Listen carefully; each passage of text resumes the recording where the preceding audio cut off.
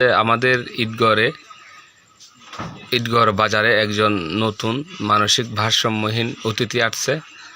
তো কোনো সহৃদয়বান ব্যক্তি যদি এই ভদ্র মহিলাটিকে চিনে থাকেন তাহলে আপনারা লাইক, কমেন্ট, শেয়ার দিয়ে পাশে থাকবেন এবং এই ভদ্র মানসিক ভারসাম্যহীন মহিলাটির যেন সঠিক পরিচয় পাওয়া যায় তার জন্য সকলে সহযোগিতায় এগিয়ে আসবেন।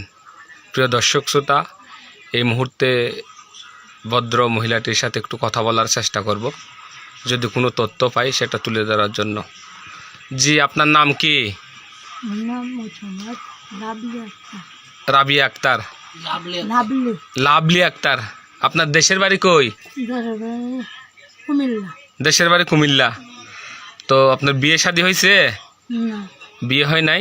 কাপড়টা একটু নিচে নামান না, একটু দেখাচ্ছে যে একটু নিচে নামান। তো আপনার বাবার নাম কি?